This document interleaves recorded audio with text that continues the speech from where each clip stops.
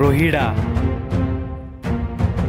भोर शहरापासून अवघ्या 10 किलोमीटर अंतरावर असणाऱ्या रोहिड खोऱ्यातील हा एक भक्कम किल्ला म्हणजे छत्रपती शिवाजी महाराज आणि बाजीप्रभू देशपांडे यांची पहिली भेट झाली। हाच तो रोहिडा उर्फ विचित्रगड किल्ला। नमस्कार मंडळी, स्वागत आहे तुमचं पुन्हा एकदा नवीन व्हिडिओमध्ये। आज आपण भेट देत आहोत किल्ले रोहिडा उर्फ विचित्रगड।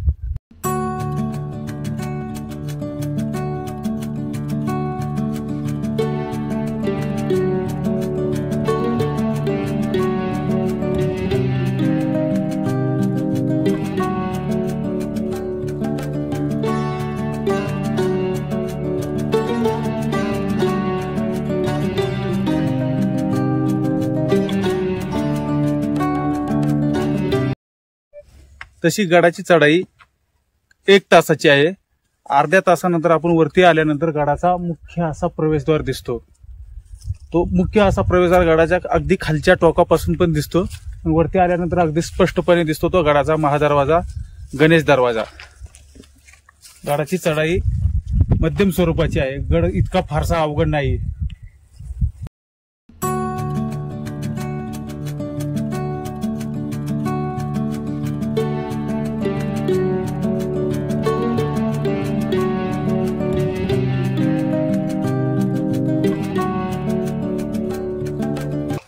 तर अवघ्या 1 तासाच्या ट्रेक नंतर फायनली आपण गडाच्या महादरवाजापाशी पोहोचलो आहोत। हे गडाचे मुख्य असे प्रवेशद्वार, गडाचा गणेश दरवाजा।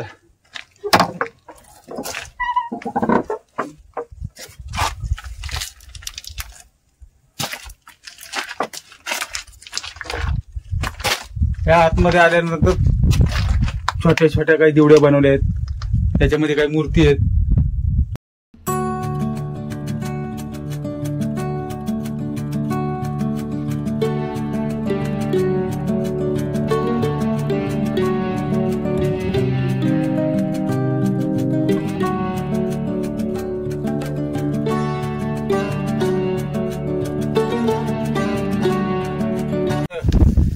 तर मंडळी, गणेश दरवाजातून आतमध्ये आल्यानंतर गडाचा मुख्य असा दुसरा दरवाजा लागतो। त्या वरती येण्यासाठी सुस्थितीत अशा पायऱ्या आहेत आणि गडाचा दुसरा दरवाजा एकदम हा सुस्थितीत आहे। वरती काही शिल्प कोरण्यात आले आहेत, ते काही अगदी स्पष्टपणे दिसत नाही।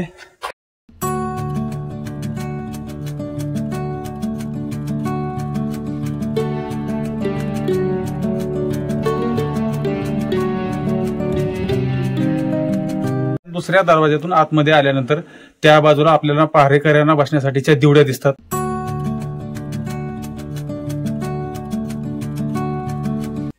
आणि इथे उजव्या हाताला पाण्याचे टाके, तुम्ही पाहू शकता पाण्याचे टाके।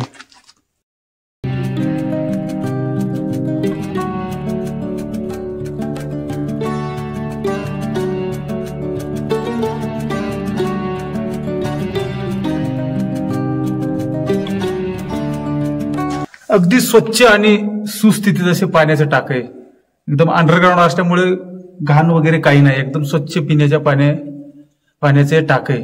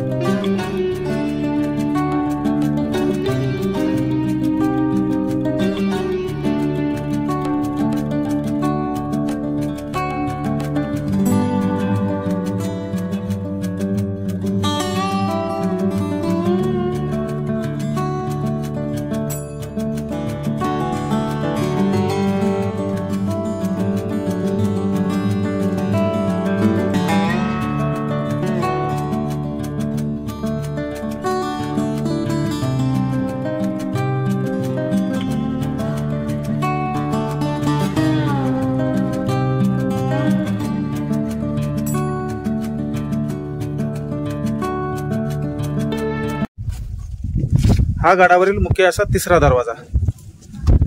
त्या दरवाजावरती डाव्या हाताला देवनागरी म्हणजे मराठीत शिलालेख कोरलेला आहे आणि उजव्या हाताला या इथे पारसी भाषेत शिलालेख कोरलेला आहे। या शिलालेखानुसार 1665च्या दरम्यान विजापूरचा आदिलशहा याने या गडाची डागडुजी केली. पुरंदरच्या तहामध्ये छत्रपती शिवाजी महाराजांनी जे गड किल्ले दिले होते त्यामध्ये हा पण गड होता. नंतर 1670च्या दरम्यान छत्रपती शिवाजी महाराजांनी हा गड परत स्वराज्यात आणला. स्वातंत्र्याच्या काळापर्यंत हा गड पंत सचिवांच्या ताब्यामध्ये भोर संस्थानामध्ये. नंतर त्यांनी या गडाचे नामकरण विचित्रगड असे केले.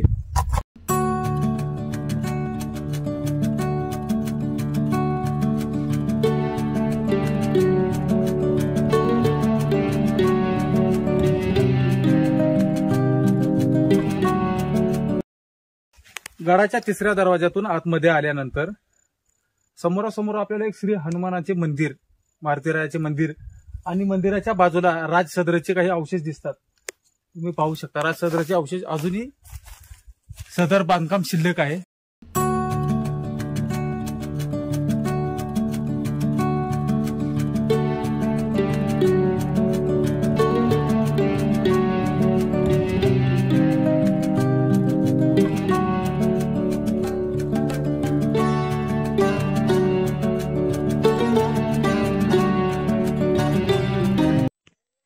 काही दगडी या बुरुजावरती हनुमान मंदिराच्या समोर काही शिल्प आहे.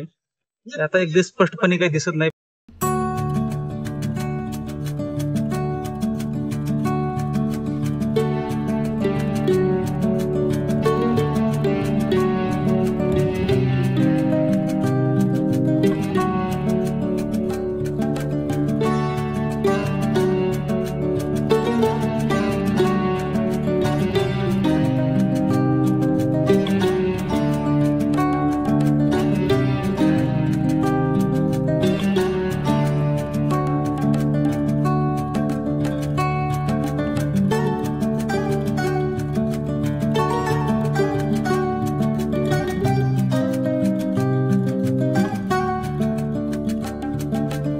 तिसऱ्या आणि मुख्य अशा प्रवेशद्वारापासून आतमध्ये आल्यानंतर हनुमान मंदिराच्या समोरून पुढे आल्यानंतर हा लागतो सर्जा बुरुज.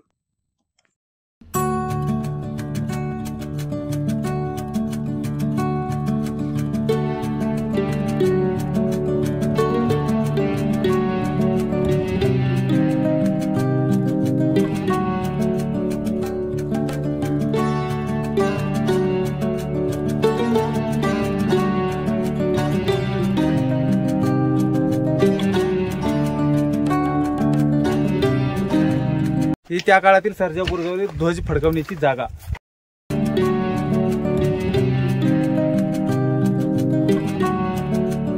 सर्जा बुरुजापासून पुढे आत थोडंसं आल्यानंतर हा आपल्याला गडावरील चोर दरवाजा दिसतो. तुम्ही पाहू शकता याची रचना.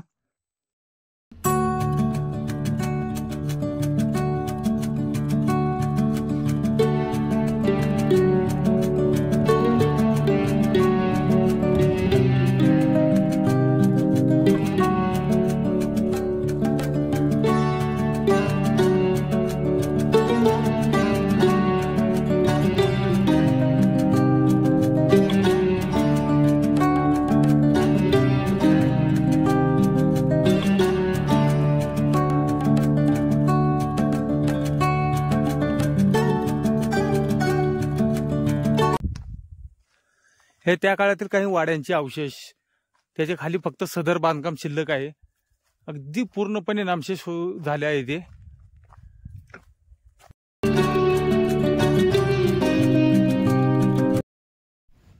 तो मंडळी हा गडावरील वाघजाई बुरुज.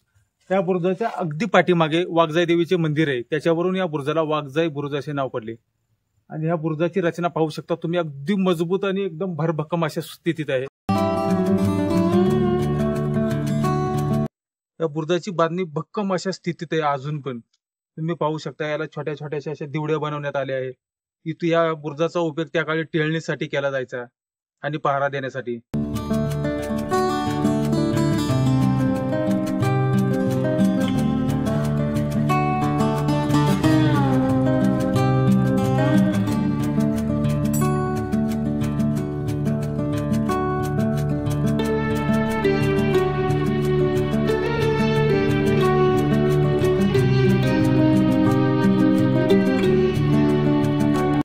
हा छोटेखानी असा पाटणी बुरुज.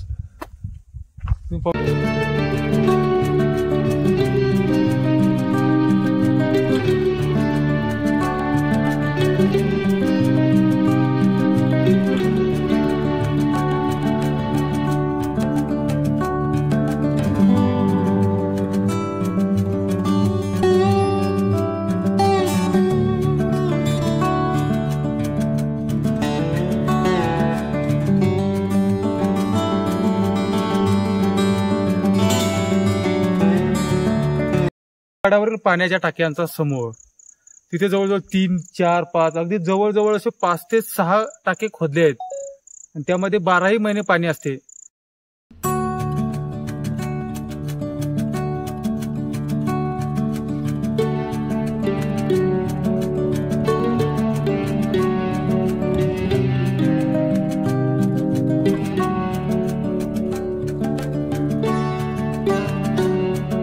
वरील चुन्याचा घाणा याचा उपयोग त्या काळी बांधकामामध्ये केला जायचा.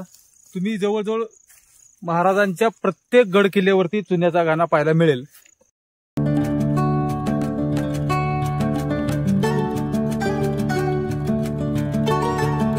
बुरुज हा पण बुरुज असा छोटासा आहे आणि बुरुजाच्या समोर काही वाड्यांचे अवशेष पाहायला मिळतात. त्या काळी पहारेकऱ्यांना वगैरे राहण्यासाठीची जागा असावी.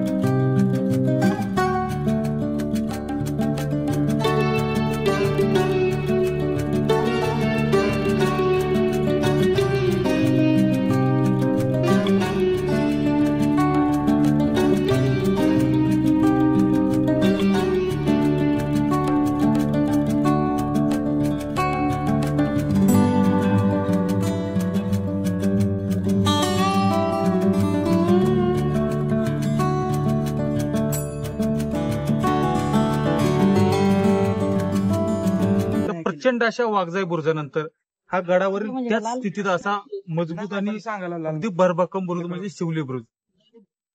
या बुरुजाच्या अगदी पाठीमागे स्पष्टपणे किल्ले केंजळगड, किल्ले रोयडा, किल्ले केंजळगड, रायरेश्वर पठार, कमळगड अगदी स्पष्टपणे दिसतात.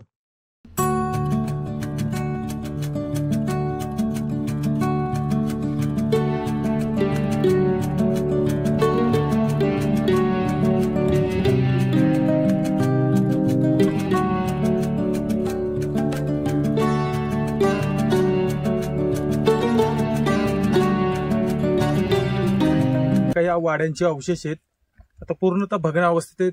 त्याचे काही चौतारा बांधकाम शिल्लक आहे आणि गडावर शिवकाळातील त्या काळातील काही वापरण्यात येणाऱ्या दगडी आणि मातीच्या वस्तू त्यांचे फक्त अवशेष शिल्लक आहे. ते पाहू शकता. हे जाते त्या काळातील काही खलबता असावा त्या काळातला ते कुटण्यासाठी वगैरे.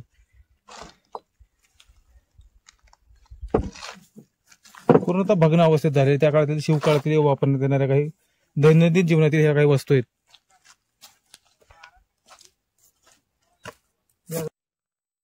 हे गडावरील रोहिड मल्ल भैरवनाथ रोहिडेश्वराचे मंदिर आज ते बंद आहे.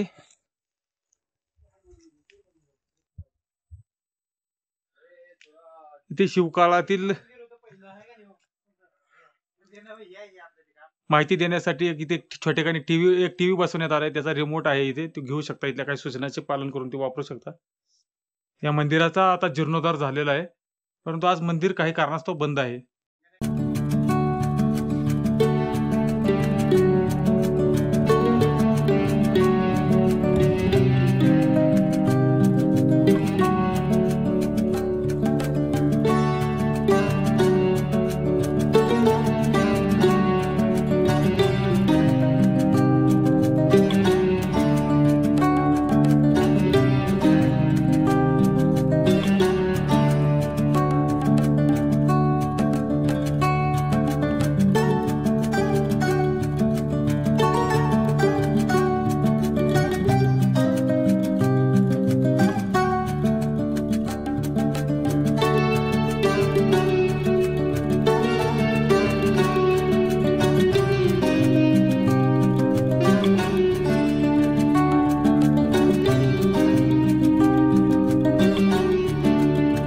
मंदिर रोहिड मल्ल भैरवनाथ असे म्हटले जाते. त्याच्या समोर एक पाण्याचे टाके, तिथे काही मूर्तींची जुने अवशेष शिल्लक आहेत, तिथे राजवाड्याचे अवशेष शिल्लक आहेत, खाली चौतरा बांधकाम शिल्लक आहे, बाकी पूर्णतः उद्ध्वस्त झालेले. त्याच्यासमोर काही मोठे, तिथे एक मोठा पाण्याचा तलाव आहे.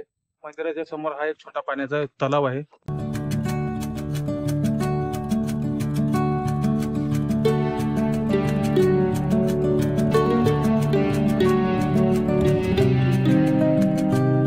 किल्ले रोहिडाची निर्मिती यादवकालीन आहे. हा गड काही काळ विजापूरच्या मोगलांच्या ताब्यामध्ये होता. नंतर छत्रपती शिवाजी महाराजांनी ते स्वराज्यात आणला. आपल्या हिंदवी स्वराज्यातील शूरवीर असे बाजीप्रभू देशपांडे यांची पहिली भेट छत्रपती शिवाजी महाराजांबरोबर ह्या गडावरती झाली आहे. अशा तऱ्हेने मी आजचा आपला प्रवास इथेच थांबवतो. पुन्हा भेटूया.